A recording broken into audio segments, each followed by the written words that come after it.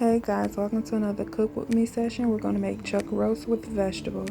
I start off by chopping up some onions and making sure that I put them at the bottom of my crock pot so it can just absorb as much flavor as possible. And this is how I like to start off my cooking.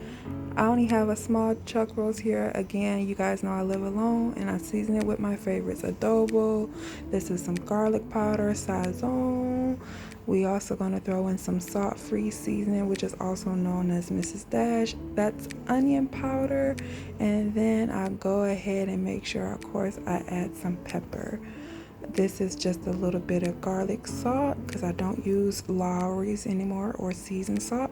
I flip it over and I go ahead and add the same seasons that you just saw me throw in there.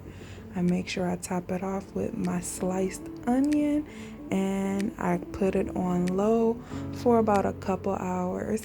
Then I go ahead and take some potatoes, get them cleaned off and peeled, chopped up pretty large, put them in some water, and then I let them sit in the fridge until my roast is about halfway done. I also go ahead and chop up some additional onion because I don't want all my onions to be completely soft, but I go ahead and also put those to the side in the fridge.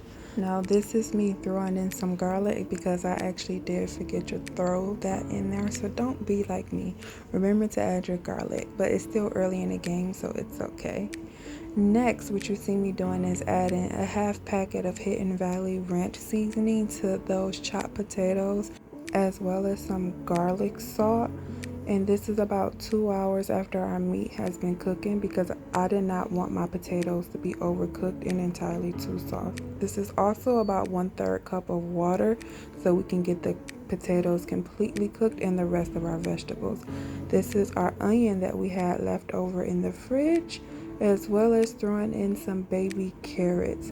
I went ahead and made sure I add all that on top and threw my lid right on there and let that cook for an additional couple hours. Last but not least, after a few hours, I go ahead and add in some frozen green beans. Feel free to use fresh, but if you use fresh, wait until your meal is literally almost done because you don't want them to be overcooked. Again, I still have those chopped onions because I didn't want them to be completely soft. And I'm seasoning it with my favorite, some onion powder, as well as some garlic powder and garlic salt, and just a little bit of Sazon and some adobo. I can't leave out adobo if I'm having Sazon. Go ahead and let that cook for the last hour.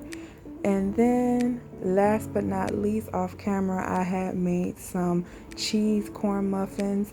I will go ahead and let you guys know the recipe later on. And that has been my dinner. I hope you guys enjoyed. This was just something I can throw in a crock pot, enjoy, and clean up, and not have to keep opening the oven or anything like that. So please let me know if you guys tried this recipe, and let me know if you guys are on my website or if you're watching this on YouTube. And of course, like I always say, thank you so much for exploring the scope conmigo.